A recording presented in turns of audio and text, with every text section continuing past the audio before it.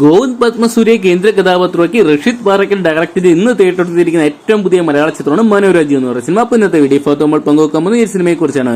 അപ്പോൾ വീഡിയോ ഇട്ട് പോകുന്നതിന് മുമ്പായിട്ട് ആദ്യമായിട്ട് ചാനൽ കാണാൻ സുഹൃത്തുക്കാണെങ്കിൽ പുതിയ സിനിമാ വിശേഷങ്ങൾക്കായിട്ട് ഇപ്പോൾ തന്നെ ചാനൽ സബ്സ്ക്രൈബ് ചെയ്ത് നോക്കുക. ഗോവിന്ദ് പത്മസൂര്യയുടെ വളരെ നാളുകൾക്ക് ശേഷമുള്ള ഒരു ചിത്രമാണ് തിയേറ്ററിലെത്തിയിരിക്കുന്നത്.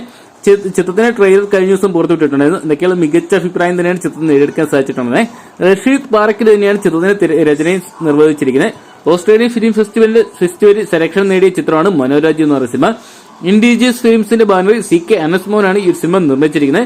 പൂർണ്ണമായിട്ടും ഓസ്ട്രേലിയയിലാണ് സിനിമ ചിത്രീകരിച്ചിരിക്കുന്നത്.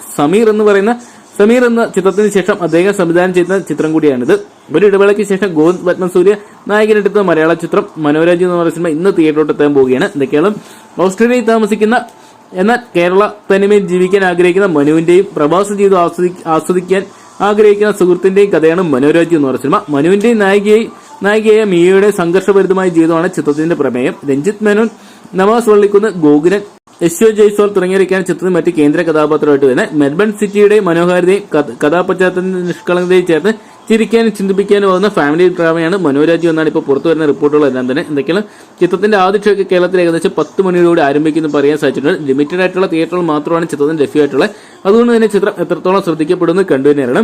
അപ്പൊ നിങ്ങൾ എത്ര പേരാണ് ഇന്നത്തെ ദിവസം മനോരാജ്യം എന്ന് പറയുന്ന ഗോവിന്ദ് പത്മസൂര്യ തിയേറ്ററിനായിട്ട് കാണാൻ വേണ്ടി കാത്തിരിക്കുന്ന കമന്റ് ബോക്സിൽ നോക്കുക. വീഡിയോ ഇഷ്ടപ്പെട്ടെങ്കിൽ ലൈക്ക് ചെയ്യാനും ഷെയർ ചെയ്യാനും ചാനൽ സബ്സ്ക്രൈബ് ചെയ്യാനും മറക്കണ്ടേ.